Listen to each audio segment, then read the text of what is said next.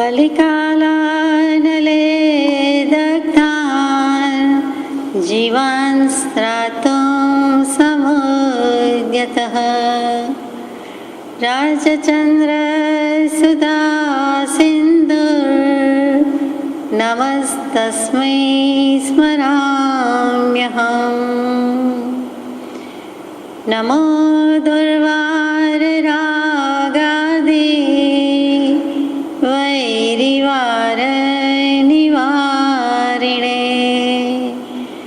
अर्हते योगिनाथाय महावीराय तायिने। नमः समयसाराय स्वानुभूत्या चकासते चित्स्वभावाय भावाय सर्वभावान्तरच्छिदे।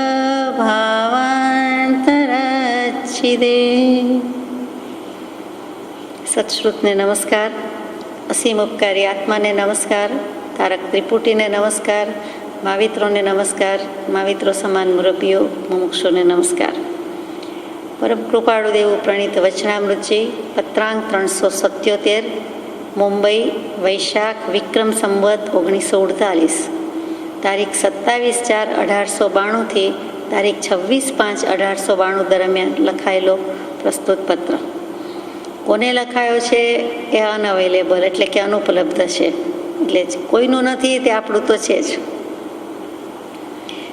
યોગ અસંખ્ય છે જીને કયા ઘટમાં હી રીતિ દાખી રે નવપદ તેમજ જાણજો આત્મરમ છે સાખી રે। આત્માને વિશે વર્તે છે એવા જ્ઞાની પુરુષો સહજ પ્રાપ્ત પ્રારબ્ધ પ્રમાણે વર્તે છે।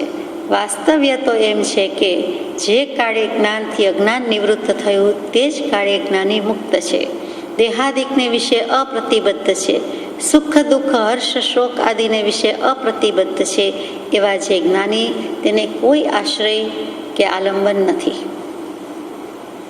આટલું આપણે યથાશક્તિ વિચારીએ। યોગ અસંખ્ય જે જીને કયા હમણાં કહ્યું તે એ શ્રીપાળ રાજાનો રાસ અને એમાં વિનય વિજયજી મહારાજ અને પછી પાછળથી દેહત્યાગ થઈ ગયો, થોડું બાકી રહ્યું તેમના શિષ્ય યશો વિજયજી મહારાજે પૂરો કર્યો। તે શ્રીપાળ રાજાના રાસના ચોથા એટલે છેલ્લા ખંડમાં આ ગાથા મૂકેલી છે અને તે આપણે વિચારવાનું છે કે કૃપાળુદેવે મૂકી છે, અહીંયા મૂકી છે, પત્ર રૂપે મૂકી છે, તે શું કહેવા માગે છે?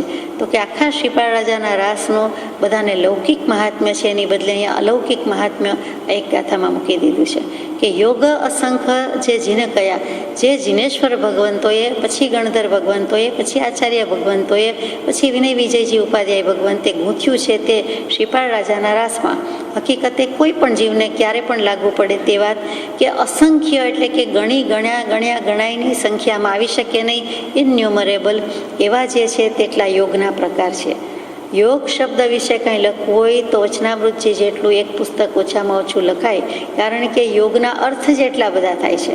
અહીંયા તો આપણે જે અભિપ્રેત છે તે મોક્ષેણ યોજના તેથી યોગ, જે મોક્ષની જોડે જોડાણ કરી દે, મોક્ષની સાથે જોડી દે તે યોગની વાત છે।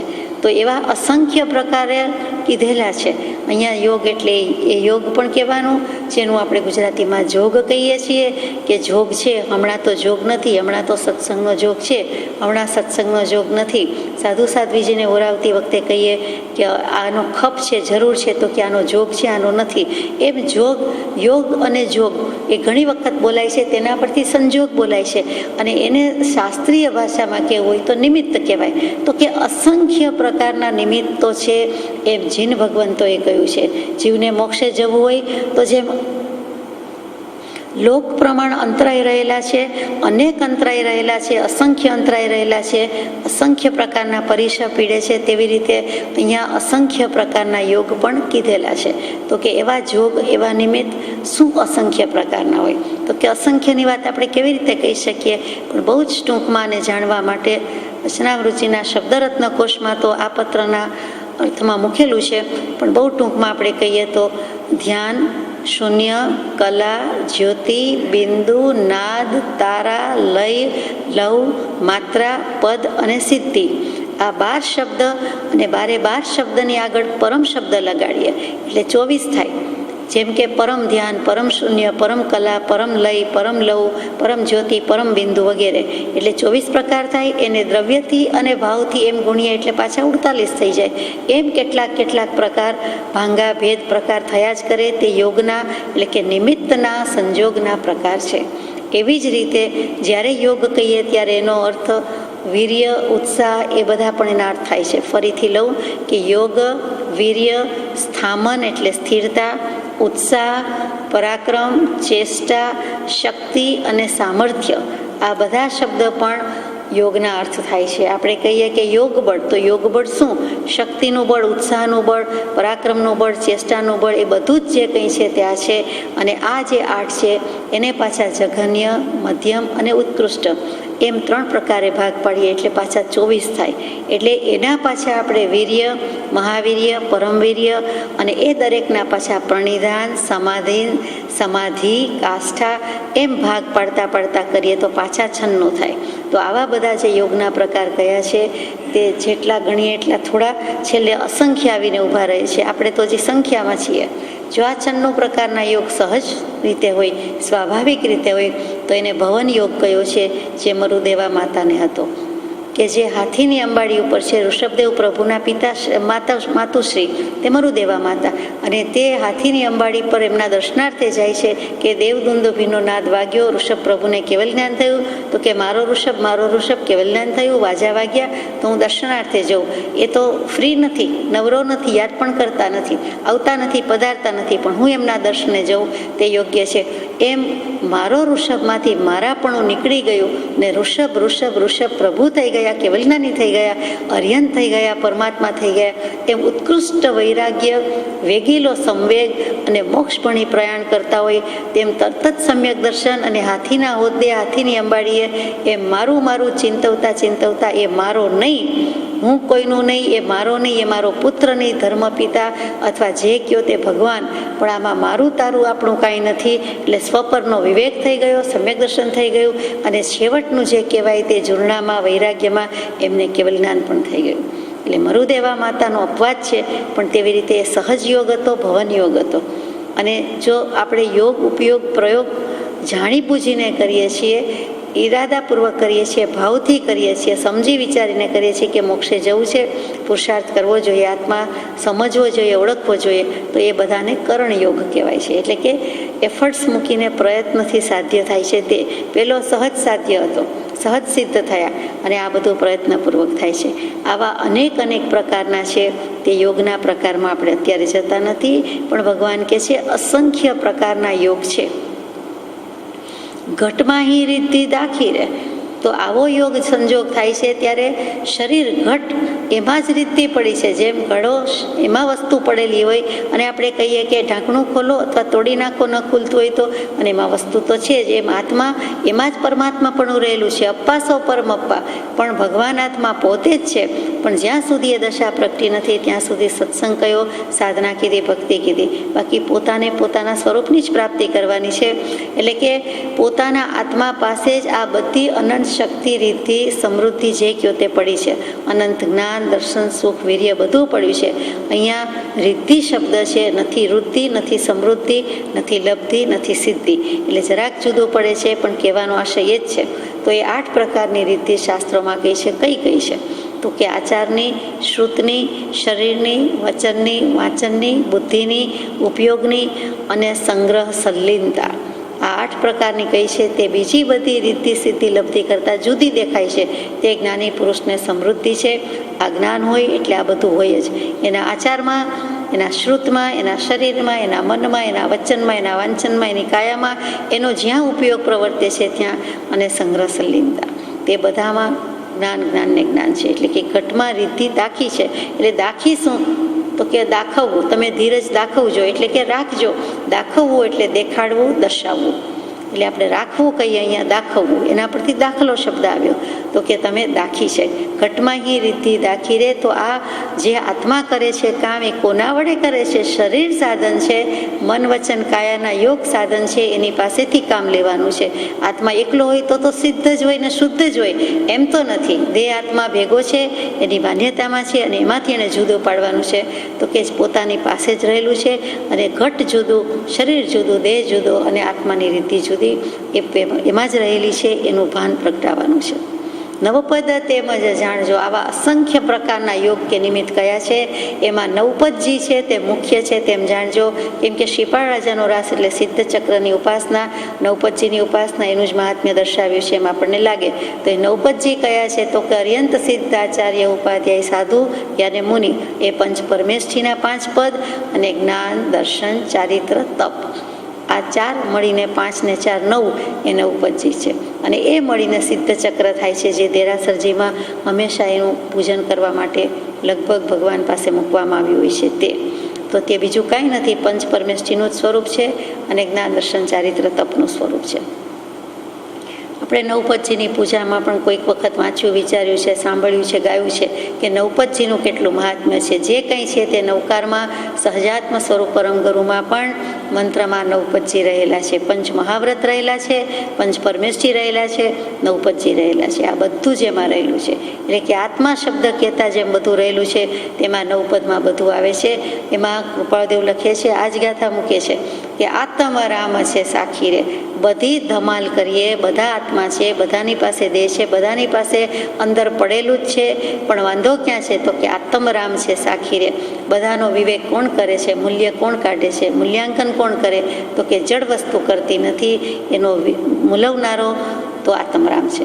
એટલે કે પોતાનો આત્મા છે એને આત્મરામ કહેવાય, કે જેમાં રમી જવાનું છે, જેમાં અનંતકાળ સુધી રહેવા રમવાનું છે, તે શાશ્વત સનાતન એવો મારો દેહ નથી, પણ મારો આત્મા છે. દેહ ખોડિયું ઘર બદલીને જવાનું છે, પણ આત્માને કાંઈ થવાનું નથી, એટલે તે આત્મરામ છે. અને સાખી રે, સાખી કે એટલે આપણને પહેલાં શું યાદ આવે? તો કે ગાવા બોલવામાં કડી, સાખી, દેશી જે આવે છે એમાં, કે કોઈ પણ ગઝલ, ગીત, ગરબી, લાવણી, એમાં આપણે લંબાઈને જ્યારે ગાવાનું આવે છે ત્યારે સાખી કહીએ. દુહો લલકારતા હોય ને હે કરીને ગાય અને સાખી, તો કે એ બધું લંબાવીને ગાવાની પંક્તિ છે, એનું નામ સાખી છે. અહીંયા આત્મરામ છે સાખી રે એટલે શું અર્થ થાય? તો કે સાક્ષી છે. સાક્ષી કોને કહીએ? તો કે તરત જ એમ થાય કે નજરે જોનાર વ્યક્તિ હોય તે સાક્ષી. કોઈ પણ વાત હોય તો કે આનો સાક્ષી છું, મેં નજરે જોયું છે, નજરે સાંભળ્યું છે, વગેરે.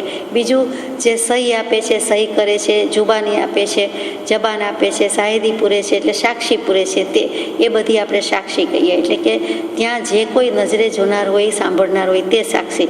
તો બધું કરે છે તેમાં આત્મા જગતને લોકની અદાલતમાં છૂટી જાય, પણ આત્મા પોતે પોતાને તો કહી શકે કે તે ગુનો કર્યો, દોષ કર્યો, તું ચોર છે, તે સારું કામ કર્યું તો પવિત્ર છે. જગત ઓળખે કે ન ઓળખે, સમાજ જાણે કે નહીં, લોક પૂછે કે નહીં, કે કહે કે નહીં, પણ પોતે જે સારું માટું કર્યું છે એનો પોતે તો જાણકાર છે, પોતે ન્યાયાધીશ છે. માયલો તો બંડ પોકારીને કહે જ કે તું સાચો, અગર તું ખોટો. દુનિયાની અદાલત સાચી નથી, સુપ્રીમ કોર્ટ પોતાના આત્માની જ છે, અને ઇન્સાફ પોતે જ કરે છે, ન્યાય આપે છે. એ આત્મરામ છે સાખી રે. આ સાક્ષી ભાવનું મહત્વ જેવું તેવું નથી. અહીંયા સાક્ષી એટલે એમ કહેવું છે કે કોઈ પણ વસ્તુ, ક્રિયા, ભાવનો કરનાર નહીં, પણ સાક્ષી એટલે કે દ્રષ્ટા. આપણે જે દ્રષ્ટા શબ્દ કહીએ છીએ, દૃષ્ટ ધાતુ એટલે જોવું, એવી રીતે દ્રષ્ટા એટલે જોનારો. કે બસ જોઈ લીધું પણ કાંઈ લેપાય ગોપાય નહીં. આપણે રસ્તે ચાલ્યા જતા હોય, કેટલુંય ન બનવાનું બને, સારું બને, ખરાબ બને, જોઈ લીધું, જાણી લીધું, પણ ઘણીવાર અનાસક્ત ભાવે અજાણ્યાની અદાથી જતા રહીએ, કોઈ લેપાય નહીં, એની વાતમાં પડીએ નહીં, અને રસમાં પડીએ નહીં, એમાં કોઈ વૃત્તિ ન જાય, એમાં ઉપયોગ ન જાય. કરવા ખાતર, કહેવા ખાતર, બોલવા ખાતર, પૂછવા ખાતર કે જોવા ખાતર જોઈ લીધું, પણ કાંઈ જ નહીં. અથવા થોડોક રસ લઈને સાંભળ્યું કે બોલ્યા, તો પણ નિર્લેપ ભાવે, અનાસક્ત ભાવે, નિર્દોષ ભાવે કરવું જોઈએ. તો ત્યાં સાક્ષી ભાવ છે કે જોનાર કે જાણનાર. અહીંયા જોનાર શબ્દ જ છે કે બસ જ્ઞાની પુરુષ શું કરે છે? તો કે જગત આખાને, જગતની લીલાને, અદાલતને, કોર્ટને, બધાને બેઠા બેઠા મફતમાં જોઈ શકે છે. નવા કર્મ બાંધતા નથી, અને ટિકિટના પૈસા આપવા પડતા નથી. જૂના કર્મનો ઉદય આવ્યો, ખેરવી નાખે છે. ફળ ઉગી ગયું, કોઈ જાતની મહેનત નહીં, અને ધીમેકથી ખરી જાય અને આપણે લઈ લઈએ, અને આરોગવાનું હોય તો આરોગી લઈએ. વાવનારે વાવ્યું, ખાતર નાખનારે ખાતર નાખ્યું, પાણી પીવડાવનારે પાણી પીવડાવ્યું, જેની માલિકી હોય તેની. આપણે તો ત્યાંથી પસાર થયા અને તે વખતે જ ખર્યું અને હાથમાં આવ્યું અને તો ખાઈ લીધું એના જેવું. એ તો એક દૃષ્ટાંત છે. એમાં તો વગર પૂછીએ કોઈએ લીધું નથી, દીધું નથી, તો વગર પૂછીએ ને વગર પૈસા આપીએ એ ચોરી છે, ખવાય પણ નહીં. આપણને એમ થાય કે નિર્દોષ છે, ઉગ્યું તું, પસાર થયા ને પડ્યું ને લીધું, પણ નહીં, ભગવાનની આજ્ઞા નથી એ ચોરી ગણાય. એનો માલિક કોઈ છે, અથવા માલિક નથી તો મ્યુનિસિપાલિટી છે તો એની પણ મિલકત કહેવાય, એની માલિકી કહેવાય. આપણે એમનેમ પૈસા આપ્યા વિના રસ્તે પડેલું કોઈ પણ વસ્તુ અથવા ખાદ્ય કે અખાદ્ય વસ્તુ એમ લેવાય નહીં, આપણે જાણીએ છીએ. તો અહીંયા સાક્ષી છે, માત્ર જોઈ રહે છે પણ કાંઈ જ કરતા નથી. તટસ્થ કહીએ છીએ, તટ એટલે કિનારો. નદી કિનારે, સરોવરની પાળે, દરિયા કિનારે ઊભા ઊભા જોઈએ છીએ. કોઈ તણાતું હોય તોય શું, અને કંઈ આવતું હોય તોય શું, અને ખજાનો હાથ લાગે તોય શું, પણ આપણે એમાં ભીંજાતા નથી, અથવા તો આપણે એમાં પગ પણ ભીના કરતા નથી, પલળતા નથી. અને જોયા કરીએ તો આગળ જવાની તો વાત જ ક્યાં છે. એમાં નિર્લેપ ભાવે, અનાસક્ત ભાવે જોયા કરીએ તો ત્યાં તે સાક્ષી ભાવ છે. એટલે એનું નામ તટસ્થતા છે, નિષ્પક્ષપાતતા છે. એટલે પક્ષપાત રહિત મધ્યસ્થતા છે, અને તે કરવાની વાત છે. તો અહીંયા સાક્ષીનો અર્થ આપણે આટલો રાખીએ. વેદાંત દર્શન મૂકે છે એટલે અહીંયા જૈન દર્શનથી લીધું. વેદાંત દર્શન દ્રષ્ટા તો લખે જ છે. એ શું કહે છે, વ્યાખ્યા શું મૂકે છે, તો કે જે ચૈતન્ય એટલે કે જે આત્મા નિર્વિકાર ઉદાસીન હોઈને બુદ્ધિ આદિનો પ્રકાશ કરે છે, અર્થાત પ્રમાતા, પ્રમાણ, પ્રમેય વગેરે સર્વનો પ્રકાશ કરે છે, અને તે ચૈતન્ય સાક્ષી કહેવાય છે. એટલે પોતે કેવળ નિર્વિકાર ઉદાસીન, સાવ તદ્દન બિલકુલ સ્પષ્ટ રીતે ઉદાસીન રહે છે. ત્યાં ઉદાસીન એટલે વિતરાગ, તો વિતરાગ હજી નથી થયા તો સંપરિણતિ રાખે છે, ઉદાસીનપણું રાખે છે, તટસ્થતા રાખે છે, મધ્યસ્થતા રાખે છે. માત્ર જોનારો છે એટલે કે માત્ર જાણનારો. અહીંયા જોનારો જ રાખીએ, પણ સાંભળ્યું હોય તો સાંભળનારો કહેવાય. એમાં એ આવી જ ગયું, બીજું કાંઈ કરતો નથી. તો એ સાક્ષી ભાવ રાખવાનો છે કે બેઠા બેઠા આપણે વ્યવહારમાં કહીએ છીએ ને, જોયા કરો ને, કાંઈ બોલવું નથી, કાંઈ કહેવું નથી, કાંઈ કરવું નથી, જોયા કરો, જે થાય તે જોયા કરો. એવી રીતે અહીંયા પણ સાક્ષી ભાવ રાખવાની વાત છે. જે કાંઈ છે નવપજી વગેરે, પણ આત્મરામ સાક્ષી પૂરે, સાક્ષી રાખે તો થાય, નહીંતર કેવી રીતે થાય એ કેવું છે. આગળ જઈએ. આત્માને વિશે વર્તે છે એવા જ્ઞાની પુરુષો સહજ પ્રાપ્ત પ્રારબ્ધ પ્રમાણે વર્તે છે.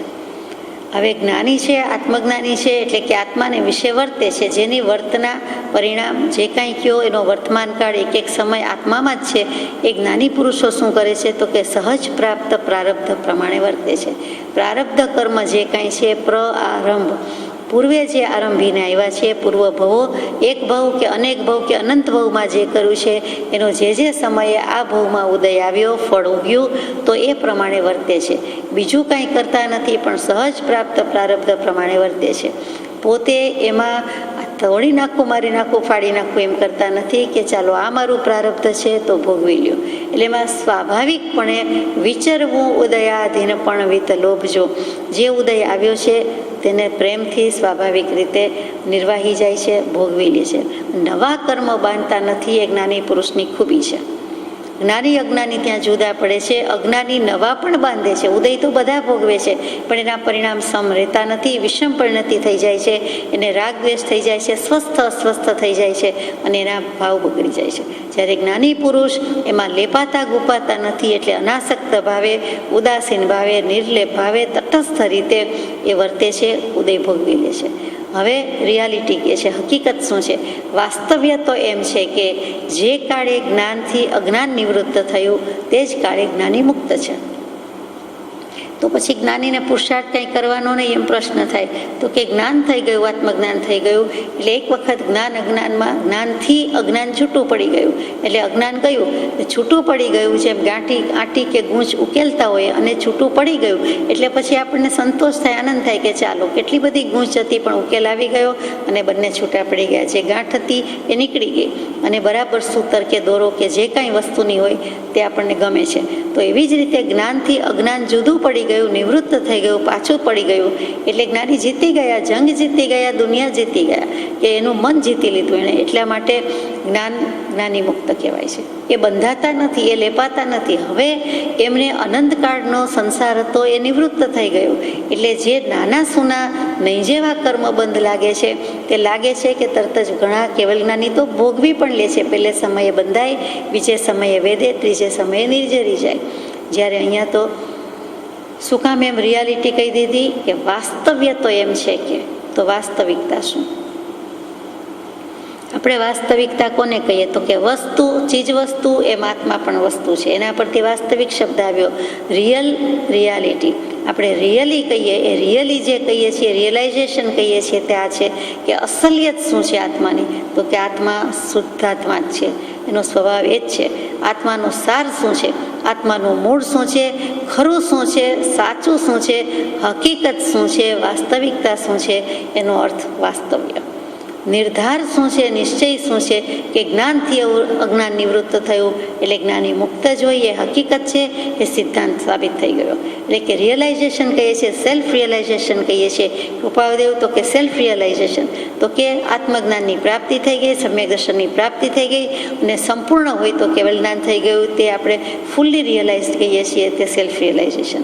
તો અહીંયા એમ કીધું કે વાસ્તવ્ય તો એ છે કે રિયલી સ્પીકિંગ, ઇનફેક્ટ, હકીકતમાં, એકચ્યુઅલી એ જે કહીએ છીએ આ રિયલી રિયલ તો આ વસ્તુ છે કે ખરું પૂછો તો આમ છે, ખરેખર આમ છે. એ જે બધા અર્થ થાય છે તે અહીંયા બરોબર થાય છે. એ કૃપાદેવે કહી દીધું વાસ્તવ્ય. બહુ શરૂઆતના પત્રોમાં હતું, આજ મને ઉચ્ચરંગ અનુપમ જન્મ કૃતાર્થ જોગ જણાયો, વાસ્તવ્ય વસ્તુ વિવેક વિવેચક એ ક્રમ સ્પષ્ટ સુમાર્ગ ગણાયો. 155માં પત્ર કેવું કંઈ હતું અને આપણે લીધું છે.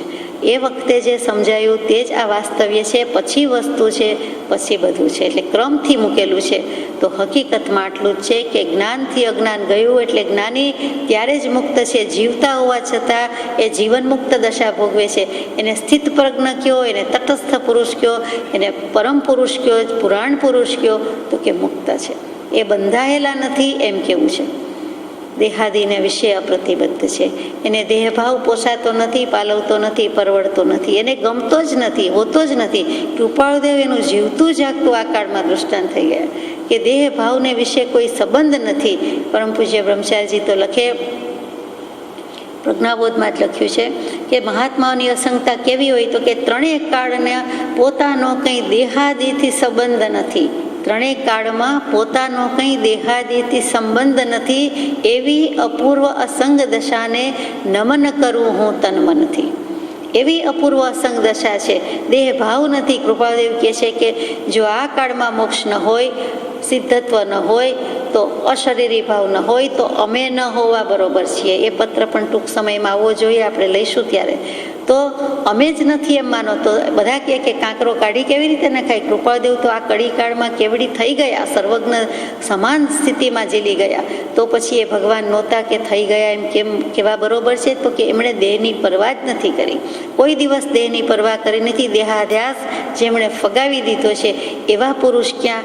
અને આજકાલ આપણને એવા કોઈ પુરુષ જણાતા દેખાતા નથી. તો દેહાધ્યાસ ફગાવી દીધેલો છે, દેહની પરવા નથી કરી. અને લાપરવા થઈને પણ એમને લાપરવા, બેપરવા થઈને શહેનશાહ કા શહેનશાહ, સમ્રાટનો સમ્રાટ થઈ ગયો, ધર્મ ચક્રવર્તી થઈ ગયો. એ કૃપાળદેવની દશાને પણ ધન્ય છે. એ પુરુષ મુક્ત જ હતો. મુક્ત થયા શું? અહીંયા જ સદેહે જીવન મુક્ત દશા હતી. જેમ સહયોગીજીનો હોય છે એમ એમની દશા મુક્ત હતી. ઉપાધિનો યોગ ભીડો એટલો બધો હતો કે લોકો ઓળખી શક્યા નથી. પણ ઉપાધિમાં જે પુરુષે સમાધિ જ દાખવી છે તેની આપણે વાત કરીએ છીએ. એ પણ બ્રહ્મચારીજીએ જ ઘણું કરીને પદ લખ્યું છે. પ્રભુ સત્ય ધર્મને ઉદ્ધરવા, અશરીરી ભાવ સદાવરવા, અજ્ઞાન કલંક મહા કરવા, કરી દેહની આપે ના પરવા, અંતર અતિ ઉલ્લસે હો કે જન્મભૂમિ નિરખી. વવાણિયાના પ્રથમ દર્શન કરતાં જ બ્રહ્મચારીજીને એટલો આનંદ ઉલ્લાસ આવ્યો કે ત્યારે ને ત્યારે આ પદ રચી દીધેલું હતું. પ્રથમ વખત જ્યારે વવાણિયા ભૂમિના દર્શન કર્યા ત્યારે એમનો કોઈ અનેરો ઉત્સાહ હતો અને એ ઉલ્લાસમાં આ પદ નીકળી ગયું છે, ગવાઈ ગયું છે. તો આપણે આગળ જઈએ કે એવા પુરુષ કેવા હોય? દેહાદિને વિશે અપ્રતિબદ્ધ છે. દેહ આદિ છે એટલે દેહ, દેહાદિક સગાવાલા, દેહાદિક પદાર્થ જે કંઈ કહો તે જે પુરુષને દેહની જ પરવા નથી, જેની સાથે પરમ પ્રીતિ હોય છે. મોટા ભાગનાને દેહનો અધ્યાસ કે દેહની પ્રીતિ કેમેય મુકાતી નથી. બધેથી મોહ માયા હટાવી લઈએ પણ શરીરને કાંઈક થાય તો એનો ઉપયોગ એમાં ને એમાં જ હોય છે. એના જ વારણ નિવારણના પ્રયત્નમાં કટિબદ્ધ થઈ જાય છે અને છેક સુધી લડી લેવા તૈયાર થાય છે. તો એવા પુરુષ ક્યાં અને આ પુરુષ ક્યાં? સુખ દુઃખ હર્ષ શોકાદિને વિશે અપ્રતિબદ્ધ છે એવા જે જ્ઞાની, એને સુખ દુઃખ હર્ષ શોક સાચું ખોટું એવા કોઈ દ્વંદ્વ, તાપ તડકા, ઉનાળો શિયાળો, ઠંડી ગરમી, ભૂખ તરસ, કોઈ પણ જાતના દ્વંદ્વ જે કહો છો તે વિરોધાભાસી ભાવ એના વિશે એક સરખી જ દશા છે. સમપરિણતિ સમતા સમભાવ છે, અપ્રતિબદ્ધ છે, એમાં એ જરાય બંધાતા નથી. એવા જે જ્ઞાની, તેને કોઈ આશ્રય કે આલંબન નથી. નિરાશ્રય એવા જ્ઞાનીને બધું સમ છે. હવે આવા જ્ઞાનીને આશ્રય આલંબન શું? તો કે કાંઈ નથી, કોઈ નથી. તો જ્ઞાનીને આશ્રય કે આલંબન જ નથી. જ્ઞાનીને શેનું આશ્રય આલંબન? તો કે પોતાના સ્વભાવનું જ આલંબન છે. પોતાના ભાવનું એટલે સ્વભાવનું કેવું છે, આત્મભાવ આત્મ સ્વભાવનું. એ સિવાય એકને કોઈ આલંબન નથી. પોતાને પોતાનું જ આલંબન છે, આત્માને આત્માનો જ ટેકો છે. એટલે કોઈ પરદ્રવ્ય કે પર વસ્તુનું આલંબન છે જ નહીં. નિશ્ચયથી એ નિરાશ્રય કહેવાય છે. એટલે કે પોતાને પોતાનું જ કરી લેવાનું છે. જેમ આપણે બધી બાબતમાં કહેતા હોઈએ છીએ કે એકલો જ છે, અસંગ છે, તો એકલું જ લડી લેવાનું છે, એકલું જ જીવવાનું છે, એકલું જ કરવાનું છે. એવી રીતે ભલે બધા હોય તેમ છતાં દરેક જીવ સ્વતંત્ર જ છે, જુદો જ છે. પોતે જ પોતાના દ્રવ્ય ક્ષેત્ર કાળભાવ સંભાળીને રહી શકે છે. તો અહીંયા જ્ઞાની પુરુષ છે એને પોતાના જ્ઞાનનું, પોતાના જ્ઞાન સ્વભાવનું શરણું છે, આલંબન છે, બીજું કંઈ નથી. ધીરજ પ્રાપ્ત થવા ઈશ્વર ઈચ્છાદી ભાવના તેને થવી યોગ્ય નથી. ધીરજ માટે એમ કે ઈશ્વર ઈચ્છા, ભગવાનને ગમ્યું તે કરવું, ભગવાન જે કરે તે સારા માટે, એમ ભગવાન પર ઓળિયો ઘોળિયો કરવાનું નથી, ઓળઘોળ થવાનું નથી. ભગવાન શું કરે? પોતે જ આત્મા ભગવાન છે, પોતાનો આત્મા જ કરી આવ્યો છે. સાચું ખોટું, સારું ખોટું તે પ્રમાણે થાય છે. પણ ધીરજ માટે કોઈ ઓઠું લે, આશ્રય લે કે ચાલો ભગવાનને શરણે જઈએ તો આપણને ધીરજ રહે. તો કે છે જ્ઞાની પુરુષ છે જેણે દેહને આત્માનો વિવેક થયો છે અને જ્ઞાન એટલે જ્ઞાન પ્રાપ્ત થયું છે, આત્મજ્ઞાનની વાત ચાલે છે, એને આવા આશ્રય પોસાય નહીં. એના માટે આવી બુદ્ધિ ન કરે. ભક્તિમાનને જે કંઈ પ્રાપ્ત થાય છે તેમાં કોઈ ક્લેશના પ્રકાર દેખી તટસ્થ ધીરજ રહેવા તે ભાવના કોઈ પ્રકારે યોગ્ય છે. બીજા જીવને ભાગ્ય આવી કંઈ ભાવના કરવી હોય તો કરી શકે છે. આમાં કોને લખ્યું નથી, પણ સૌભાગભાઈ જેવાને હોય તો નવાય નહીં. સૌભાગભાઈને ધીરજ રહેતી નથી એટલે લખે છે કે ધીરજ રાખો. અંબાલાલભાઈને પણ ધીરજ રાખવાનું કહે છે. સૌભાગભાઈને સવિશેષ છે અને આશય જુદો છે, તો એના ધીરજ રહેતી નથી, ધીરજ બંધાવવાની છે. એટલે ધીરજની ભેટ બંધાવવા માટે કહે છે કે તમે ઈશ્વર ઉપર રાખો. ભક્તિમાનને જે કંઈ પ્રાપ્ત થાય છે તેમાં કોઈ ક્લેશનો પ્રકાર દેખી તટસ્થ ધીરજ રહેવા તે ભાવના કોઈ પ્રકારે યોગ્ય છે. તમને બીજી રીતે રહેવાતું નથી, સેવાતું નથી અને ક્લેશ થઈ જાય છે, તો ક્લેશ ન થાય, રાગ દ્વેષ ક્લેશ અભિનિવેશ કાંઈ ન થાય એટલે તમે તટસ્થતા રાખી શકો. એટલે તમે ઈશ્વર ઈચ્છા કહીને મૂકી દો તો વાંધો નથી કે ચાલો ભગવાનને ગમ્યું તે કરવું, ભગવાનને શરણે. ભગવાન એટલે ત્યાં અહીંયા પ્રારબ્ધનો અર્થ કરવો હોય તો એમ તો કોઈક પ્રકારે યોગ્ય છે. તમારે લેવી હોય તો લ્યો, તમારે વાંધો નથી. પોતાનું સ્પષ્ટ સ્ટેટમેન્ટ કરી દીધું છે કે પોતાનું સ્ટેજ ક્લિયર કરી દીધું કે પોતે જ્ઞાની અને પોતે એવી રીતે ઈશ્વર ઈચ્છા ઉપર આધાર રાખતા નથી. જ્ઞાનીને પ્રારબ્ધ, ઈશ્વરેચ્છા આદિ બધા પ્રકારો એક જ ભાવના, સરખા ભાવના છે. જ્ઞાની પુરુષને મન બધું જ સરખું છે. તમે ઈશ્વર કયો, પ્રારબ્ધ કયો, દૈવ કયો, ભાગ્ય કયો, સદભાગ્ય કયો, કમભાગ્ય કયો, બળભાગ્ય કયો, જે કેવું હોય તે, દૈવ યોગ કયો કે જે કેવું હોય તે બધું એક જ છે. એ કોઈક પૂર્વના છે. પૂર્વમાં તો મેં કર્યું ત્યારે થયું ને, કરેલા કર્મ ભોગવ્યા સિવાય છૂટકો નથી. એ કોઈ શું કરે? કોઈ ભૂત પ્રેત કોઈક ભવનું હોય ને કોઈક કદાચ ક્યાંક કનેક્શન લાગતું હોય અને કંઈ વૃત્તિ બાકી રહી ગઈ હોય ને હેરાન કરે, તો પણ પૂર્વ ભવમાં આપણાથી કંઈક એવું થયું હોય તો જ તે વ્યક્તિ કોઈ પણ ગતિયોનીમાં જઈને હેરાન કદાચ કરવા આવે કે કરી શકે. બાકી એવું કાંઈ માનવા જેવું જ નથી. છતાં લોકો માને છે તો કે મૂળમાં એટલું માનો કે પોતાના કર્મ, પોતે કોઈક ભવમાં પણ કંઈક રાગ પ્રેમ વિષય વાસના વિકાર કાંઈ પણ એવો વ્યવહાર કર્યો છે કે જેના પરિણામે સામો જીવ અતૃપ્ત છે, તો ગમે ત્યાંથી કંઈક વેર વાળવા કે રાગભાવ રાખવા કે જે કયો તે આવે, તે દરેકને આવે એવું પણ નથી. એવા પ્રકારના બાંધ્યા હોય અને તે ભવે ઉદયમાં આવતું હોય તો જવલ્લે જ કોઈકને એવી રીતે બને.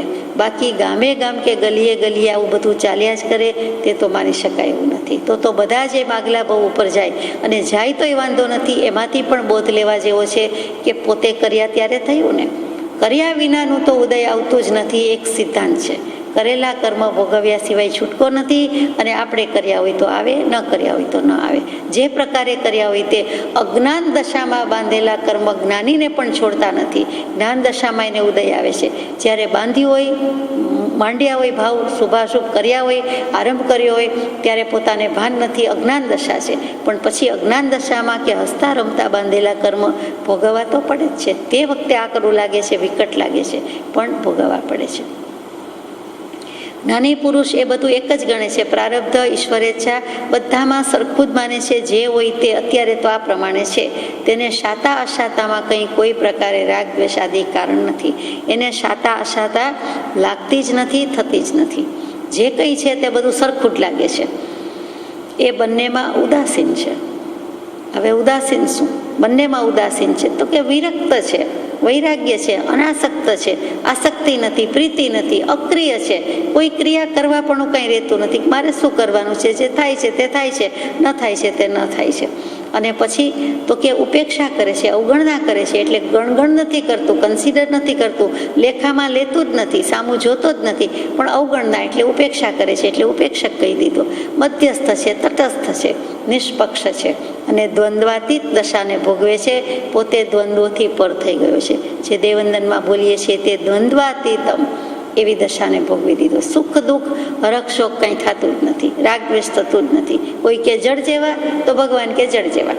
કાં તો જળ જેવા હોય, કાં તો નાસ્તિક હોય એને કાંઈ ન થાય, કાં જળને ન થાય, અને કાં સિદ્ધને ન થાય. તો અહીંયા સ્વરૂપ સિદ્ધિ હોવાથી એમને જ્ઞાની પુરુષને આવું કંઈ થતું નથી. તે બંનેમાં ઉદાસીન છે.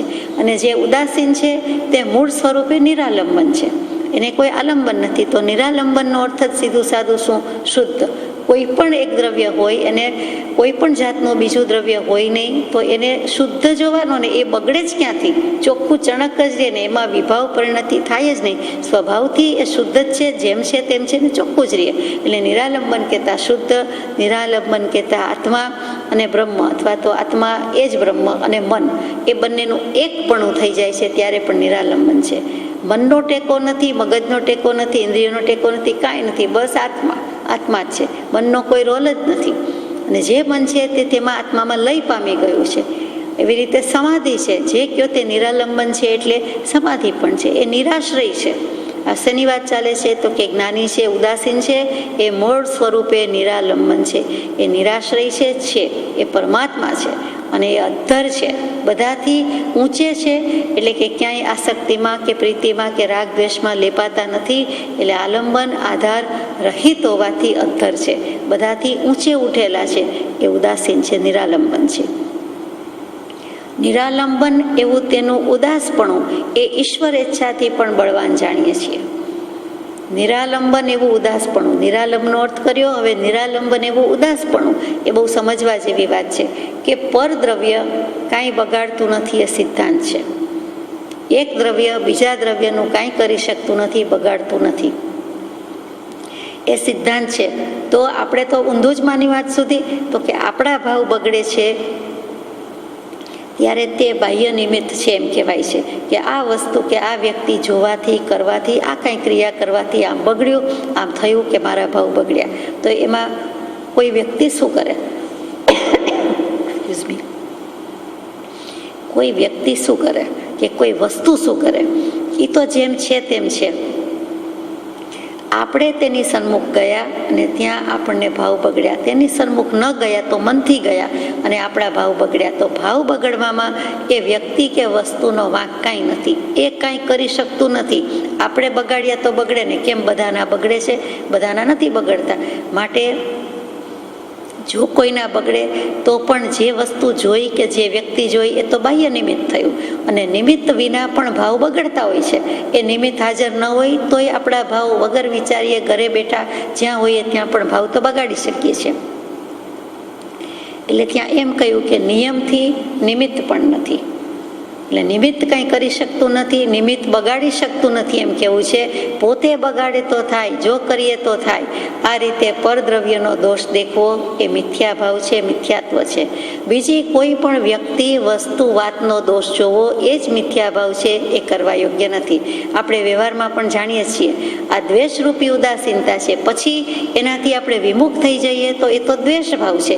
જેમ ઈર્ષા ભાવ છે એવી રીતે દ્વેષ ભાવ આવી ગયો તો એ પણ કરવા જેવું નથી. ત્યાં આપણે એમ કહીએ કે અમે તો ઉદાસીન થઈ ગયા, હવે એની સાથે બોલવું જ નથી, એના ઘરે જવું જ નથી, એની સાથે કોઈ ડીલ કરવું જ નથી, એની સાથે હવે કંઈ સંબંધ રાખવો નથી, તો એ બધામાં દ્વેષ ભાવ છે, ત્યાં ઉદાસીનતા નથી. દેખીતી રીતે આપણે નિરાશા છે એને ઉદાસીનતા માની લઈએ તે નહીં. જ્ઞાની પુરુષની ઉદાસીનતા જુદી છે. એટલે કૃપાળુદેવે સુંદર શબ્દ યોજ્યો કે નિરાલંબન એવું તેનું ઉદાસપણું, અને તે ઈશ્વર ઈચ્છાથી પણ બળવાન જાણીએ છીએ. ઈશ્વર ઈચ્છા, પ્રારબ્ધ, ઉદય એ તો બધું એક બાજુ છે. એથી ચડિયાતું કોણ છે? જેની શ્રદ્ધા રાખવા યોગ્ય છે તો કે સિદ્ધાંત છે. અને સિદ્ધાંત કોણ? શું? તો કે આ સિદ્ધાંત છે કે પરદ્રવ્ય, એક દ્રવ્ય બીજા દ્રવ્યનું કાંઈ બગાડી શકતું નથી, કરી શકતું નથી. આપણું સ્વદ્રવ્ય આપણું કાંઈ બગાડી શકે નહીં. આપણે કરીએ તો થાય.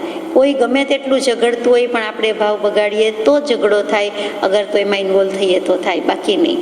કોઈ ગમે તે કરે પણ આપણે અજાણ્યાની પેઠે ઉદાસ રહી શકીએ છીએ, અને તો જ આપણો વ્યવહાર નભ્યો છે, અત્યાર સુધીનો ટકી રહ્યો છે. અનંતકાળથી રખડીએ છીએ તો આ કારણે આ વસ્તુ આપણને આવડે જ છે, તો કે એ થોડીક પલટાવાની જરૂર છે. વ્યવહારમાંથી પરમાત્મા પલટાવાની છે. કે કોઈ પણ અન્ય દ્રવ્ય, એટલે આપણે વ્યક્તિ વસ્તુ બોલીએ છીએ દ્રવ્ય કહેતા, એના ગુણ દોષ ન જોતા, સારું માઠું ન માનતા, સ્વને સ્વ જાણીએ અને પરને પર જાણીએ. હું આત્મા, આપ આત્મા, તો આત્માને આત્મા જાણીએ, એટલે ચેતનને ચેતન જાણીએ, જળને જળ જાણીએ, અને પરને પર જાણીએ. અને એ પરથી મારું કાંઈ જ પ્રયોજન નથી, આટલું જ યાદ રાખવાનું છે કે પર મારું કાંઈ કરી શકે નહીં, હું પરનું કાંઈ કરી શકું નહીં, અને પરનું મારે કાંઈ જ પ્રયોજન નથી, એટલે કે કામ નથી, હેતુ નથી, સિદ્ધ થવાનું નથી. મારે તો મારું સ્વરૂપ સાબિત કરીને ચાલ્યા જવાનું છે, આ દેહ છોડીને જવાનું છે ત્યાં. એટલે કે સ્વરૂપ સિદ્ધ કરવાનું છે, આ બધાનું કામ નથી. કોઈ વસ્તુ સાબિત કરીને અર્થ નથી. એટલે તેમ માનીને સાક્ષીભૂત રહે કે બનવાનું બને છે, ન બનવાનું ન બને.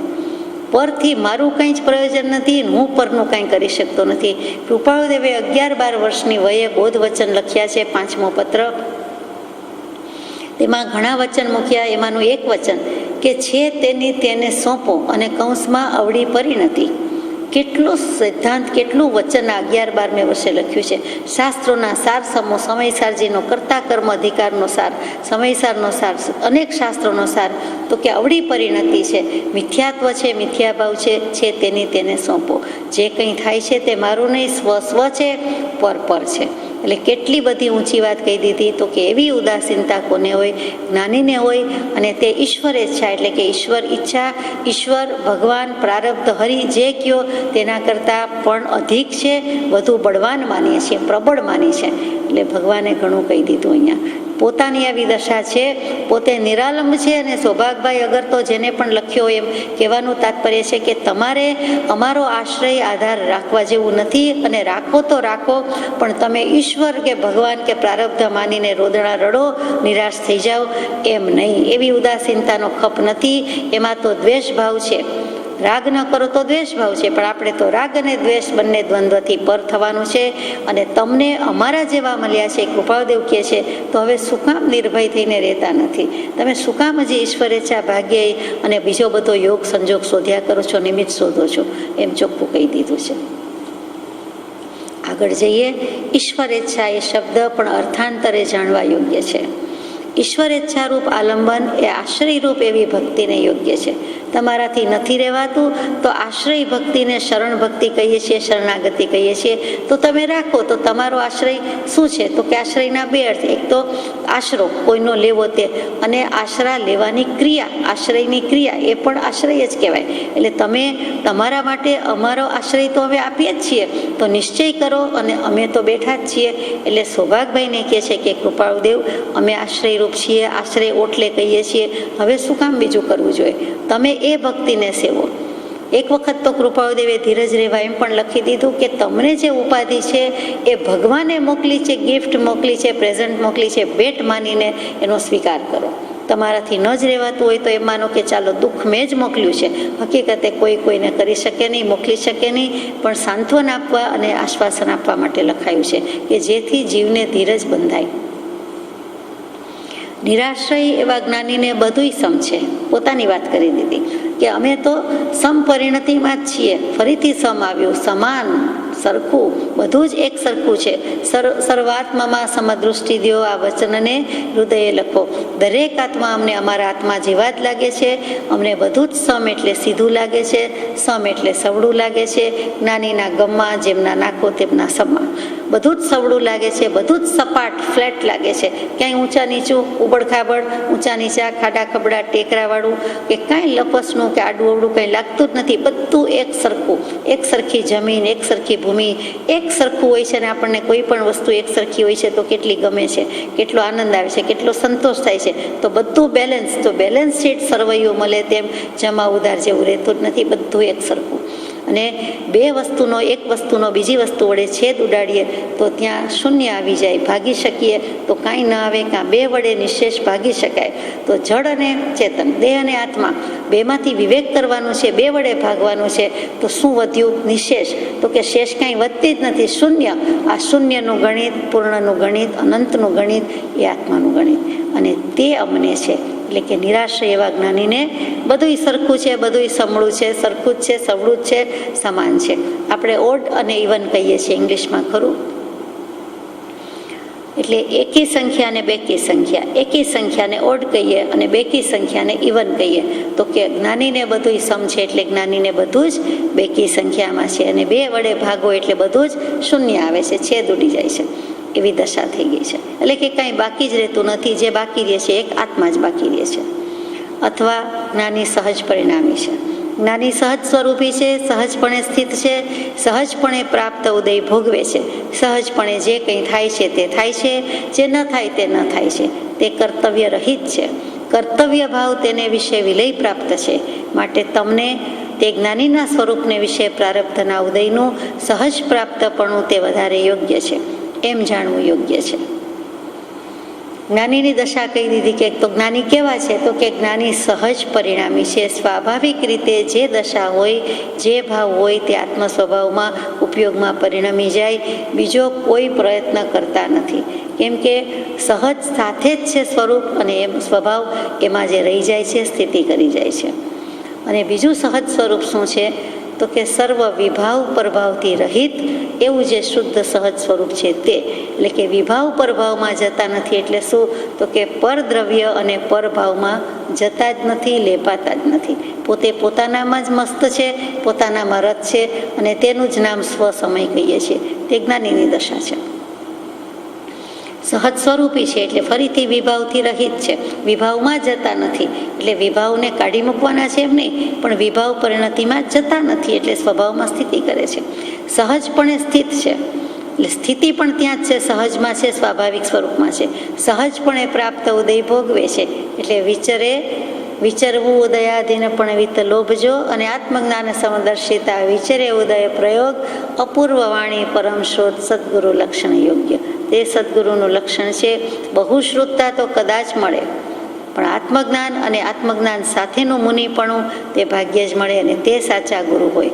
અને તેમાં બધું કહી દીધું કે ઉદય પ્રમાણે વિચરે છે. એવા સ્પેશિયલ પ્રયત્ન, એફર્ટ્સ મૂકીને એ વિચરતા નથી. જે થાય છે તે થાય છે, ન થાય છે તે ન થાય છે. કૃપાળદેવની ભાષા અને શૈલી કેવી છે કે જે સ્વાભાવિક થાય છે, આત્મામાં અમારે ખીચડીમાં જ ઘી ઢળે છે, એમ આત્મામાં બાગમાં જ પાણી જાય છે તો એમાં જાય છે, દેહમાં ન જાય તો કાંઈ નહીં, ન થાય તો કાંઈ નહીં, આત્મામાં તો જાય છે. જે કરીએ છીએ તે કરીએ છીએ, સ્વાભાવિક રીતે કરીએ છીએ, અસ્વાભાવિક કાંઈ નથી. જે પણ આપણે પરાણે કે પ્રયત્નપૂર્વક કરીએ તો સુખ લાગતું નથી. સીધી સાદી વાત કે આપણને અમુક એંગલથી હાથ પગ વાળીને બેસાડે તો 1 સેકન્ડ પણ ગમતું નથી. ફોટોગ્રાફર એમ કે આમ હાથ રાખો ને આમ પગ રાખો ને આમ કરો તો એ પણ ફાવતું જમતું નથી. ભગવાન કે 2 ઘડી પદ્માસન જ વાળો, 48 મિનિટ સુધી વાળો અથવા આટલી કલાક સુધી રાખો તો ફાવતું નથી. ઘણીવાર તો 10 મિનિટ પણ રહેતું નથી, ઘણીવાર 1 મિનિટ પણ નહીં, કેટલાકને આવડતું જ નથી. તો એમ જે છે પરાણે કરવા જાય, પ્રયત્ન કરીને કરવા જાય તો ફાવતું નથી. પણ આપણે સ્વાભાવિક રીતે જેમ હાથ પગ વાળીને બેઠા હોઈએ તો આપણને એ દશામાં સુખ કે શાતા લાગે છે. હકીકતે સ્થૂળ દૃષ્ટાંત છે, બાહ્ય છે, દૈહિક છે, તેમ છતાં સ્વાભાવિક જે છે તે સારું લાગે. અદબ વાળવાનું કહે તો સ્વાભાવિક રીતે આપણે અમુક એંગલથી રાખતા હોઈએ તે બરોબર છે. પરાણે કોઈ કાંગડીને કોણીને અમુક અંશને અમુક દશાને અમુક ખૂણાથી રાખે તો જરાય ફાવતું નથી, ગમતું નથી. તો એમ જ પ્રભુ કહે છે કે જે સ્વાભાવિક થાય છે તે સુખમય છે. સહજ મેલા સદૂત બરાબર માંગ લિયા સો પાની. એવી જ રીતે સ્વાભાવિક દશા છે, સ્વાભાવિક સ્થિતિ છે. તો એ રીતે અમારો ઉદય છે અને એ રીતે અમે વર્તીએ છીએ. અને એમ થતું હોવાથી અમે કર્તવ્ય રહિત છે. જ્ઞાનીએ કાંઈક કરવું જોઈએ, આમ લેવું જોઈએ, આમ મૂકવું જોઈએ, આમ શીખવાડવું જોઈએ, આ ક્રિયા કરવી જોઈએ, આ આમ શોભે આમ ન શોભે, એ જ્ઞાનીને ઘટતું નથી, જ્ઞાની ઘટાર જ નથી. જ્ઞાની એમાંથી પર થઈ ગયા છે, પાર થઈ ગયા છે. એટલે જ્ઞાનીને પોતાનો આત્મ સ્વભાવ હર હંમેશ યાદ છે. રાત્રે દિવસે ઊંઘમાં ગમે ત્યાં એકેય અવસ્થામાં એની પ્રતીતિ નથી એવું નથી, એ યાદ જ છે. હું કોણ, તમે કોણ, તો પેલો એને આત્મા જ યાદ આવે, પછી ફલાણા ઢીકડા નામ યાદ આવે ને એ પ્રમાણે ડીલ કરે. એટલે જ્ઞાની પુરુષ નિરંકુશ છે એમ પણ વેદાંતમાં ઉહાપો જગ્યો છે. સરસ વાત મૂકી છે કે જ્ઞાની નિરંકુશ છે તો એક અપેક્ષા એ નિરંકુશ છે કે એના ઉપર કોઈનું ચાલી શકે નહીં, પરમાત્મા પણ તેને પૂછી શકનાર નથી. એવી જ્ઞાની પુરુષની દશા છે. કેમ કે જ્ઞાની અને પરમાત્મામાં કોઈ અંતર નથી, ભેદ નથી. અને જ્ઞાની કહેતા અહીંયા સાચા જ્ઞાની, ખરા જ્ઞાનીની જ વાત છે. એ એવા જ હોય, એમાં કંઈ ભેદ ન હોય. એટલે એને કંઈ કરવું જોઈએ એવું હોતું નથી. એ જેમ જેમ આગળ જાય છે તેમ એની સ્વાભાવિક દશા થાય છે. એમને વ્રત, નિયમ, ઉપવાસના, પચખાણની પણ કોઈ એવી ખેવના ભાવના રહેતી નથી. સ્વાભાવિકપણે જ આત્મજ્ઞાન, આત્મધ્યાનમાં હોય. તેથી ઘણા કલાક સુધી કે કદાચ ઘણા દિવસો સુધી જો એવા સંઘેણ સંઠાણ શરીરના હોય તો એ ખાવા પીવાનું પણ ભૂલી જાય છે, અથવા એમાં કરવા ખાતર કરે છે, કોઈ ઉપયોગ પ્રવર્તતો નથી. કરવા ખાતર કરી લઈએ, કહેવા ખાતર કરી લઈએ, અથવા તો વિસ્મરણ પણ થઈ જાય. કૃપાદેવજીની જેમ કે અમે દેહધારી છીએ કે કેમ, ત્યારે સંભાળીએ ત્યારે માંડ યાદ આવે છે. મોટા ભાગના જીવોને, અજ્ઞાનીને દેહ 1 સેકન્ડ પણ ભૂલાતો નથી, જ્યારે જ્ઞાની પુરુષને દેહનું ભાન પણ નથી. એ કેવું છે? એટલે કે કર્તવ્ય રહિત છે. આટલા વાગ્યે સામાયિક કરવી જોઈએ, આટલા વાગ્યે પ્રતિક્રમણ કરવું જોઈએ, આટલા વાગ્યે આલોચના કરવી જોઈએ, આટલા વાગ્યે નમસ્કાર કરવા જોઈએ, એવો જ્ઞાની પુરુષને કોઈ નિયમ કરવો જોઈએ એવો બાથ નડી શકે નહીં, એવો હોઈ શકે નહીં. એ વેદાંત દર્શન પણ કહે છે, જીનાગમ પણ કહે છે. કેમ કે જ્ઞાની સમજી વિચારીને એમાં જ હોય. સમજવા માટે દૃષ્ટાંત કહું કે પ્રભુશ્રીજી અને બ્રહ્મચારીજી, અને પ્રભુશ્રીજી એ કહ્યું હોય બ્રહ્મચારીજીને કે મને જગાડજો, બોલાવજો, ભક્તિનો વખત થાય ત્યારે કહેજો. એટલે આજ્ઞા માનીને કોઈ કે ઉઠાડવાય પડે, કહેવાય પડે કે પ્રભુ વખત થયો. એટલે સૂઈ ગયા હોય, તબિયત સારી ન હોય, નાની સૂઈ ગયા એમ કેવું પણ મને શોભતું નથી. પણ સ્થૂળ દૃષ્ટિએ કે થોડીક વાર પણ આરામ કે ઊંઘનો સમય હોય ત્યારે, અથવા બધા વચ્ચે બેઠા હોય અને વખત થઈ ગયો હોય, ભક્તિના ઘંટ વાગતા હોય, તો એ પ્રમાણે થાય કે ચાલો વાંચન કે ભક્તિનો વખત થયો, તો એ ઘંટ બીજા માટે છે. પણ પ્રભુશ્રીજીએ કહ્યું હોય એટલે આપણે એમ જ સમજીએ કે આપણને કહ્યું છે એટલે આપણી ફરજ છે, જવાબદારી છે કે પ્રભુ વખત થયો, અથવા તો આપણે જઈશું કે આપ આવી શકશો, કે આપને અનુકૂળ છે, અથવા તો આટલા વાગ્યા કહેવાનો પણ વિનય છે, શિષ્ટાચાર છે. તો બ્રહ્મચારીજી અત્યંત વિનય આદરપૂર્વક કહ્યું ત્યારે પણ પ્રભુશ્રીજીએ કહી દીધું કે અમે તો ભક્તિમાં જ છીએ. ભક્તિનો વખત થયો અથવા તો આપણે જઈશું તો પણ એમ કહ્યું કે અમે તો ભક્તિમાં જ છીએ, અમે તો આત્મામાં જ છીએ, અમને તો એવું કાંઈ નથી. ગમે ત્યારે ભક્તિ, ભક્તિને ભક્તિ જ છે. જમવાનો વખત થઈને જમવા બોલાવે તો પણ એમ જ થાય કે અમને તો ભક્તિ જ છે. એવી જ રીતે દવા આપી હોય અને કે ઠીક તને ગમે છે તો દવા પી લઉં, તો માનતો નથી તો લાવ્યો, તો છેલ્લા વર્ષની વાત છે પ્રભુશ્રીજીની, તો એ વખતે પછી પાછું ખખડાવીને બતાવીને કહે છે બધા વચ્ચે કે આ દવાની પ્યાલી કે બોટલ કે જે હોય તે વાટકી ચમચી, તો કે અમને આની શ્રદ્ધા હોય, અમને દવાની શ્રદ્ધા હોય, દવામાં અમારું જ્ઞાન છે કે એને શ્રદ્ધા છે, અમને અમારા આત્માની, અમારા કૃપાળુદેવની શ્રદ્ધા છે કે ભગવાનની શ્રદ્ધા છે, આત્મા ઉપર શ્રદ્ધા છે, આ તો કર્મ છે અને તમને સંતોષ થાય એટલે પી લઉં છું કે લઈ લઉં છું, બાકી આની શ્રદ્ધા ન હોય. ત્યાં શું કહેવાનો મતલબ છે કે દવાથી દર્દ મટે છે એ માનવું એ ભ્રાંતિ છે, ભૂલ છે. આપણે લઈએ ઉપાય કરતા હોય એ અલગ વાત છે, પણ એનાથી મટે છે તેમ માનવું ભૂલ છે. દવામાં બધું આવી જાય, ઇન્જેક્શન, સારવાર, બધું જ, કોઈ પણ નિવારણ. આપણા કર્મનો ઉદય યારી આપતો હોય એ વખતે અશાતા વેદનીય પૂરી થતી હોય તો જ મટે. કેટલાકને રિએક્શન કેમ આવે છે, ઉલટું બગડે છે, વકરે છે, કેમ? અને સમય પૂરો થઈ ગયો હોય તો આયુષ્ય પૂરું થતું હોય તો જિંદગી પણ ચાલી જાય છે, દેહ ત્યાગ પણ થઈ જાય છે. માટે દવા કંઈ કરી શકે છે કે ઇન્જેક્શન સારવાર કંઈ કરી શકે, ડૉક્ટર કંઈ કરી શકે, એ વાત ગલત છે. કર્મનો ઉદય જો યારી આપતો હોય તો જ એ સફળ થાય છે. પાંચે વસ્તુ હોય તો જ ઘટના ઘટે છે. એટલે એ વખતે ન કરાવવું એમ કહેવાનો આશય નથી, પણ આપણને શ્રદ્ધા કોની હોય તો કે શ્રદ્ધા તો કર્મના સિદ્ધાંતની, ધર્મના સિદ્ધાંતની. પેલું તો નિમિત્ત છે, થવાનું હશે તો થશે, એનો કાળ પાક્યો હશે તો થશે. નિદાન સાચું હોય, ડૉક્ટર સાચા હોય, દવા સાચી હોય, વ્યક્તિને રિએક્શન પણ ના આવતું હોય, પણ સમય ન પાક્યો હોય તો કેટલાય દિવસ કે વર્ષો કે દિવસો સુધી દર્દ જતું નથી, તો એ પણ અશાતા વેદનીયનો ઉદય છે, તો એ મુખ્ય થઈ જાય છે. તો અહીંયા એમ કહેવાનું હતું કે જ્ઞાનીને કંઈ કર્તવ્ય નથી, કર્તવ્ય ભાવ તેને વિશે વિલય પ્રાપ્ત છે. કર્તવ્ય ભાવ જેવું જ ન હોય. ચિદાનંદજી મહારાજ જે કૃપાદેવના જન્મ પહેલાં જ 1 વર્ષે લગભગ એમનું નિર્વાણ થયું હતું, તો એક ચિદાનંદજી મહારાજ જેને કૃપાળદેવે લખ્યું છે કે 7મા ગુણસ્થાનકે અપ્રમત્ત ગુણસ્થાનકે મધ્યમ અપ્રમત્ત દશામાં હતા, એવી એમની દશા હતી, એટલે કે ઘણી ઊંચી દશા હતી. તો એ પછી બધી દશા મેન્ટેન ન કરી શકે. સાધુપણામાં આટલા વાગ્યે આમ કરવું જોઈએ, આટલા વાગ્યે આમ કરવું જોઈએ, હવે ગોચરીનો વખત થયો ત્યારે જ ગોચરી કરવા જવું, લેવું, કેટલીક આચાર સંહિતા તો હોય, બધાએ પાડવાની હોય, પણ કેટલીક દશા થયા પછી આત્મામાં જ સ્થિર હોય, ધ્યાન જામી ગયું હોય, કાયોત્સર્ગમાં હોય, તો તે વખતે કોઈ કહે કે તમે કેમ મોડા આવ્યા કે તમે કેમ નથી ગયા, તો એ વખતે એ ઠીક નથી. એ શ્રાવકના પક્ષે કે શ્રાવિકાના પક્ષે કે લોકોના પક્ષે બરોબર નથી. કેમ કે તે પોતાની આત્મજાગૃતિને ઉપયોગમાં જતા, એટલે પોતે ભક્તિમાં, ધ્યાનમાં કે એમાં જતા કે જેના માટે આ બધું કરવાનું છે, અને એ પ્રાપ્ત થયું, એ બધા સાધન પ્રાપ્ત થઈ ગયા. એ સાધન વડે આત્માને શોધવાનો છે, ઉપાસવાનો છે. તો આત્માને શોધી લીધો, ગવેષી લીધો, ઉપાસી લીધો, અથવા તો એ પ્રક્રિયા ચાલુ છે, તો એ દરમિયાન આ બધું તો ગૌણ છે. માનો કે માળા કરતાં કરતાં મણકા ઉપર ક્યાંય સ્થિર થઈ ગયા, તો કોઈ એ વખતે કહે કે તમે અડધી જ માળા બોલાવી, હજી માળા ન બોલાવી, પૂરી ન કરી, અથવા શાંત થઈ ગયા, સ્ટોપ થઈ ગયા, ભૂલી ગયા, તો એમ નથી. તે વખતે સ્થિરતા માટે તો આ બધો પ્રયાસ છે. એટલે જ્ઞાનીએ કરવું જોઈએ એમ તો કાંઈ નથી. એ કર્તવ્ય ભાવ એ પોતે સમજીને જ વેદી રહ્યા છે, ભોગવી રહ્યા છે. એટલે એના વિશે આમ કરવું જોઈએ એવું નથી. તો વાત એમ હતી કે જ્ઞાની નિરંકુશ છે, તો કે નિરંકુશ છે નથી. તો નથી કઈ રીતે? તો કે જ્ઞાની જ્ઞાન વડે અંકુશમાં રાખે છે. પોતે પોતાને જ્ઞાન વડે પોતાની લગામ, જ્ઞાનની ચાબુક તો પોતાના હાથમાં જ છે, એટલે એ રીતે પોતે પોતાનો અંકુશ રાખે છે. પણ પોતાના પર પોતાના આત્માનો જ અંકુશ છે, જ્ઞાનનો જ અંકુશ છે, બીજા કોઈનો નહીં. કેમ કે આત્મા જ્ઞાન સ્વભાવી છે, આત્મા સર્વજ્ઞ સ્વભાવી છે, અને તે જ્ઞાન એમને પ્રાપ્ત થઈ ગયું છે, એટલે તેમાં જ છે.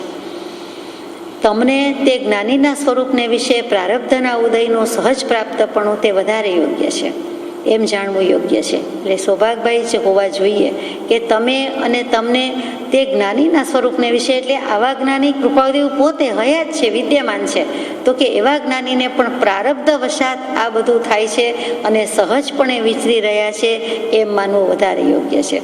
અમે શું કામ પ્રયાસ કરીએ, એ શું કામ એફર્ટ્સ મૂકીએ, અમે અમારામાંય પ્રયત્ન નથી કરતા, તો પછી અમે પરદ્રવ્યમાં તમારામાં કેવી રીતે પ્રયત્ન કરીએ કે તમારું કાંઈ કરી દઈએ? ઈશ્વરને વિશે કોઈ પ્રકારે ઈચ્છા સ્થાપિત કરી તે ઈચ્છાવાન કેવા યોગ્ય છે? તમારે ઈશ્વરને ઈચ્છાવાળો કેવો હોય તો કયો.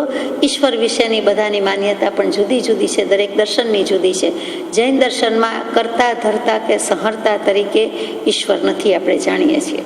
પરમાત્મા છે તો કે હા, કેવલ જ્ઞાન થાય છે, મોક્ષે જાય છે તો અર્યંત પરમાત્મા, સિદ્ધ પરમાત્મા, એમ ભગવાનનું અસ્તિત્વ તો છે જ. અને પૂર્ણ લોકશાહી છે કે કોઈ પણ વ્યક્તિ ભગવાન થઈ શકે છે. દરેક વ્યક્તિમાં ભગવાનપણું, પ્રભુપણું પડેલું જ છે, પરમાત્માપણું પડેલું જ છે. એ ધારે તો પ્રગટાવી શકે. તારી વારે વાર મારે તેની તલવાર, એટલે તે પ્રમાણે તે કરી શકે તેમ છે. તો ઈશ્વરને વિશે કોઈ પ્રકારે ઈચ્છા સ્થાપિત કરી. તમે એમ કહી દો કે ઈશ્વરની ઈચ્છા એટલે પ્રારબ્ધને કેવું હોય તો તમે કહો કે ભગવાનની ઈચ્છા, ભગવાનની મરજી હોય કોઈને દુઃખી કરવાની. ભગવાન એવો ક્રૂર હોય, ભગવાન એવો ઘાતકી હોય, ભગવાન કોઈની હિંસા કરાવે, ભગવાન એકને સાચ પીરસે છે ને એકને જૂઠ પીરસે, એવો ઇમ્બેલેન્સ કરે એવો હોય, વિષમ ભાવવાળો હોય, કેટલાકને સુખી કરે કેટલાકને દુઃખી કરે, એ ભગવાનની રીત છે, ભગવાનના લક્ષણ છે. ભગવાન શુદ્ધ સંપૂર્ણ ચોખ્ખલો હોય અને એ આવું કરે જ નહીં, એ કોઈનું બગાડે જ નહીં, કેમ કે પોતે બગડેલો નથી. તો પોતે સંપૂર્ણ શુદ્ધ હોય, એને આવી ઈચ્છા કે અનિચ્છા, ક્યાંક આવી ઈચ્છા ક્યાંક આની ઈચ્છા, એકને ત્યાં સંતાન પ્રાપ્તિ, એકને પુત્ર જોઈએ તો પુત્ર આપે ને એકને પુત્રી જોઈએ તો પુત્રી આપે, એમ કાંઈ ભગવાન હોય નહીં. એટલે ઈશ્વરને વિશે કોઈ પ્રકારે ઈચ્છા સ્થાપિત કરી એટલે તમારા મનમાં આવે એવી રીતે તમે ઈશ્વરને માનો તો જુદી વાત છે કે મારો જ આત્મા છે જે કંઈ કરે છે તે કરતા ઈશ્વર કોઈ નહીં, ઈશ્વર શુદ્ધ સ્વભાવ, એ માનવા જેવું છે. અને એ રીતે તમે ઈશ્વરને ઈશ્વર કયો તો ઈચ્છાવાન કેવું હોય તો કયો. બાકી જ્ઞાની ઈચ્છા રહી કે ઈચ્છા સહિત એમ કહેવું પણ બનતું નથી, તે સહજ સ્વરૂપ છે. જ્ઞાનીને ઈચ્છા કે ઈચ્છા સહિત રહિત કહેવા જેવું નથી. શું કામ? તો કે વેદાંત દર્શન અને સાંખ્ય દર્શન એમ કહે છે કે ઈચ્છા એ મનનો એટલે કે અંતઃકરણનો ધર્મ છે. ફરીથી પહેલાં તો ઈચ્છાનું સ્વરૂપ સમજીએ. ઈચ્છા શું આપણે સમજીએ છીએ, છતાં રિવાઇઝ કરીએ કે કામના, અભિલાષા, આશા, આકાંક્ષા, ઉમ્મીદ, એષણા, વિકલ્પ અને રુચિ.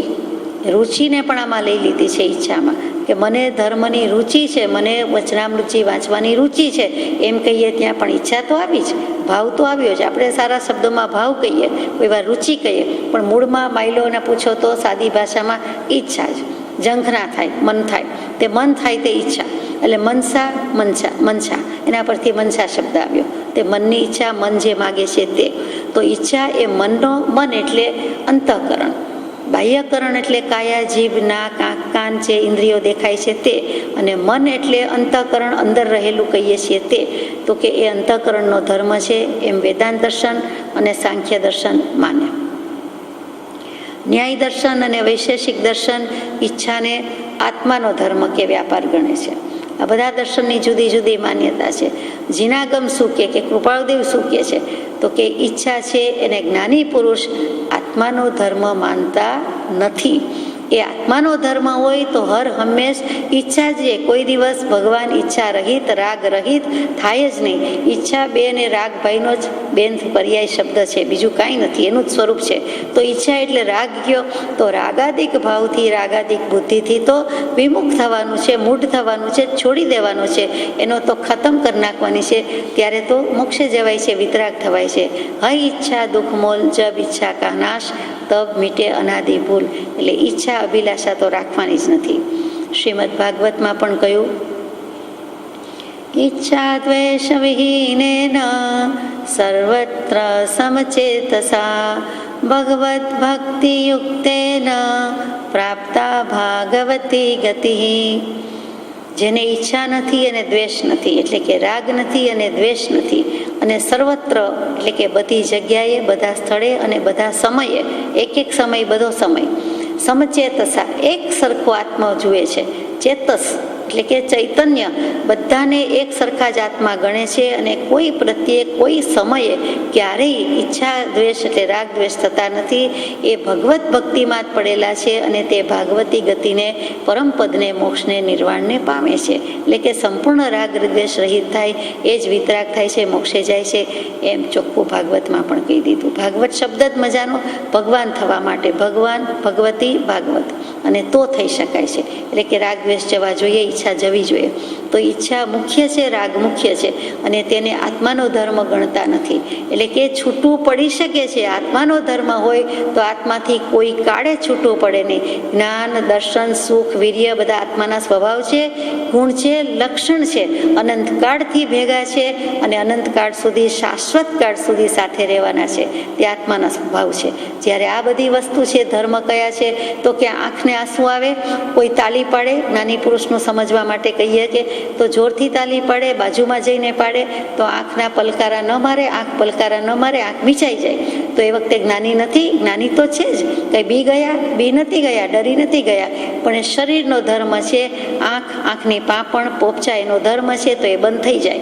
એવી જ રીતે જોરથી અવાજ આવે, ભયંકર અવાજ આવે, અથવા તો કંઈક પડી જાય બાજુમાં કેમ થાય, અથવા પોતાના ખોળામાં જ કોઈ એવું પશુ, પંખી, પથ્થર, શીલા ગબડીને પડે તો જે શરીરથી રિએક્શન આવે, કોઈથી કાંઈ બોલાઈ જાય, કોઈકથી કાંઈક ઉભડક થઈ જાય, કોઈકથી કાંઈ થાય. અસ્વસ્થ નથી થવાનું, અસ્વસ્થતા થાય એ જુદા પરિણામ છે, પણ એવા કંઈ રિએક્શન આવે કે ઊભા થઈ જાય, કે આવી રીતે આંખ બંધ થઈ જાય, કે કાંઈક એવી ભયંકર વેદના હોય, જીવલેણ દર્દ હોય, અને કદાચ હાઈ હોય જેવું થઈ જાય તો પણ એને આત્માની શ્રદ્ધા નથી એમ નથી. એનું જ્ઞાન તો છે જ, પણ શરીરનો ધર્મ શરીર બજાવે. જેમ ઝાડા ઉલટી થઈ જાય કે પેટ, મગજ, કાનના જે કાંઈ ધર્મ હોય એ બજાવે, કે આંખમાંથી આંસુ પડી જાય કે પાણી નીકળી જાય, એ શરીરના ધર્મ છે. એમ અહીંયા ઈચ્છા એ એમને અંતઃકરણનો ધર્મ કીધો છે, આત્માનો ધર્મ નથી. આત્માથી તો એમને જ્ઞાનને જ્ઞાન જ છે તેમ કીધેલું છે. એટલે અહીંયા ઘણું કહી દીધું કે જ્ઞાની ઈચ્છા રહિત પણ નથી, જ્ઞાની ઈચ્છા સહિત પણ નથી, પણ જ્ઞાની જે કાંઈ છે તે સહજ સ્વરૂપી છે. સહજાત્મ રૂપે સેવ્ય ગુરુને વંદના વિધિ કરું. સહજાત્મ સ્વરૂપ પરમ ગુરુ.